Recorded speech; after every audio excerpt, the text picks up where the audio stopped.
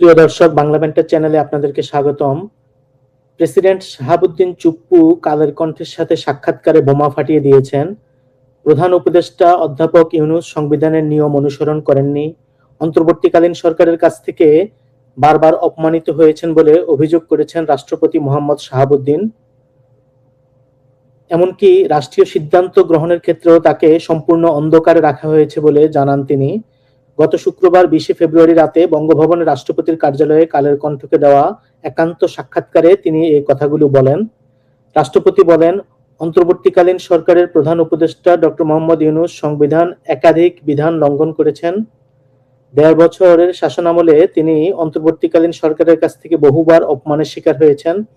রাষ্ট্রপতির ভাষায়, অন্তর্বর্তীকালীন সরকারের সময় জারি করা ১৩২টি অধ্যাদেশের অনেকগুলিরই প্রয়োজনীয়তা তার কাছে প্রশ্নবিদ্ধ মনে হয়েছে। যদিও তিনি স্বীকার করেন তৎকালীন প্রেক্ষাপটে কিছু অধ্যাদেশ হয়তো জরুরি ছিল, তবে সংবিধানের বিধান অনুযায়ী প্রধান উপদেষ্টার সঙ্গে যে ন্যূনতম সমন্বয় ও অবহিত করার বাধ্যবাধকতা রয়েছে তা একেবারেই মানা হয়নি বলে অভিযোগ করেন তিনি।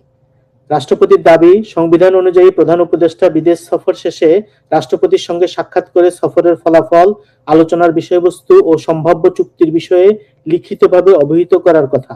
অথচ প্রধান উপদেষ্টা 14 থেকে 15 বার বিদেশ সফর করলেও একবারের জন্য তাকে কিছুই জানানো হয়নি, এমনকি সাক্ষাৎও করা হয়নি। রাষ্ট্রপতি আরো বলেন, নির্বাচনের আগে যুক্তরাষ্ট্রের সঙ্গে যে সর্বশেষ রাষ্ট্রীয় চুক্তি সম্পন্ন হয়েছে সেই বিষয়টিও তিনি সম্পূর্ণ অজ্ঞাত ছিলেন। তার মতে এ ধরনের রাষ্ট্রীয় চুক্তি ছোট বা বড় যাই হোক না কেন, রাষ্ট্রপতিকে অবহিত করা সাংবিধানিক বাধ্যবাধকতা। আগের সরকার প্রধানরা এই রীতি অনুসরণ করলেও অন্তর্বর্তীকালীন সরকারের প্রধান উপদেষ্টা তা করেননি। রাষ্ট্রপতির অভিযোগ, তাকে মৌখিক বা লিখিত কোনোভাবেই কিছু জানানো হয়নি, এমনকি স্বাভাবিক সৌজন্য সাক্ষাৎও করা হয়নি। রাষ্ট্র পরিচালনায় পারস্পরিক সমন্বয়ের প্রশ্নে রাষ্ট্রপতি কালের কণ্ঠকে বলেন, অন্তর্বর্তীকালীন সরকার গঠনের প্রক্রিয়ার সূচনা তার উদ্যোগেই হয়েছিল, কিন্তু সরকার গঠনের পরে প্রধান উপদেষ্টা তার সঙ্গে কার্যত কোনো সমন্বয় রাখেননি। রাষ্ট্রপতির ভাষায়, প্রধান উপদেষ্টা একবারের জন্য তার কাছে আসেননি এবং তাকে রাষ্ট্র পরিচালনার প্রক্রিয়া থেকে সচেতনভাবেই আড়ালে রাখার চেষ্টা করেছেন। এক প্রশ্নের জবাবে রাষ্ট্রপতি বলেন, দেশের শান্তি শৃঙ্খলা চিরতরে ধ্বংস করার এবং সাংবিধানিক শূন্যতা সৃষ্টি করার অনেক পায়তারা হয়েছে।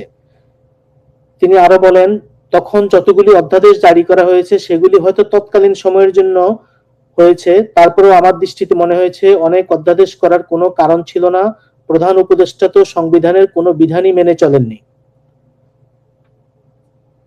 তিনি বলেন, সংবিধানে বলা আছে উনি যখনই বিদেশ সফরে যাবেন সেখান থেকে ফিরে এসে রাষ্ট্রপতির সঙ্গে দেখা করবেন এবং আমাকে ওই আউটপুটটা জানাবেন। উনি মানে ডক্টর ইউনূস তো বোধহয় 14 থেকে 15 বার বিদেশ সফরে গেছেন, একবারও আমাকে জানান নাই, একবারও আমার কাছে আসেননি। তবে সাক্ষাৎকারে রাষ্ট্রপতি সেই সংকটময় সময়ে সশস্ত্র বাহিনীর জোরালো ভূমিকার প্রশংসা করেন। তিনি জানান, সেই সময়ে তিনি সশস্ত্র বাহিনীর কাছ থেকে সর্বোচ্চ সহযোগিতা পেয়েছিলেন। রাষ্ট্রপতি বলেন, তারা শুধু একটা কথাই বলেছে, মহামান্য আপনি হচ্ছেন সশস্ত্র বাহিনীর প্রধান, আপনার পরাজিত হওয়া মানে সম্পূর্ণ বাহিনীর পরাজিত হওয়া, এটা আমরা যে কোনো মূল্যে রোধ করব। শেষ পর্যন্ত তারা এটা করেছে। তারা বিভিন্ন সময় আমার কাছে এসে আমাকে মনোবল দিয়েছে। রাষ্ট্রপতি আরো দাবি করেন যে অন্তর্বর্তী সরকারের ভেতর থেকেই তার পদ থেকে তাকে সরিয়ে দেওয়ার একটা চেষ্টা চালানো হয়েছিল।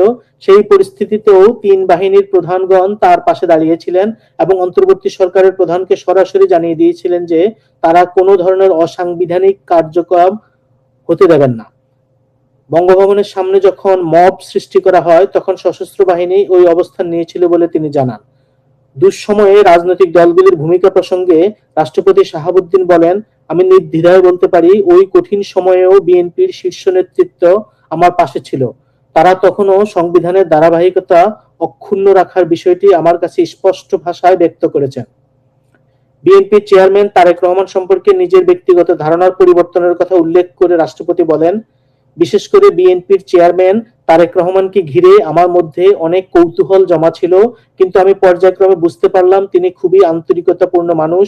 হি ওয়াজ সো কর্ডিয়াল। আমার দুঃসময়ে বিএনপির সহযোগিতা শতভাগ ছিল।